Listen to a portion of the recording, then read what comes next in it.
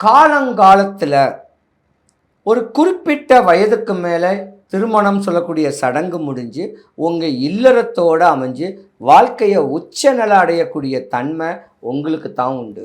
மிதுன ராசியில் குரு பகவானுடைய பெயர்ச்சி இப்போ ஆயிருக்கு.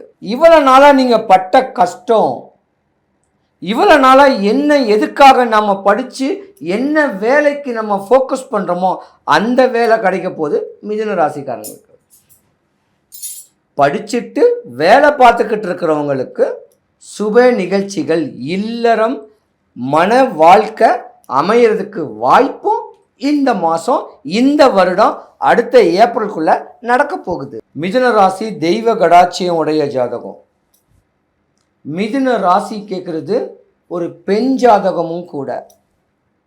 மிதுன ராசியில் உள்ள ஆண்களுக்கு திருமணம் நடந்துருச்சுன்னா ஒரு 30 வயசை தாண்டி 45 வயசுக்குள்ள உங்கள் கணவன் மனைவி, அதாவது மிதுன ராசியில் ஆண் இருந்தால் மனைவியை விட்டு விலகி போயிடுவீங்க.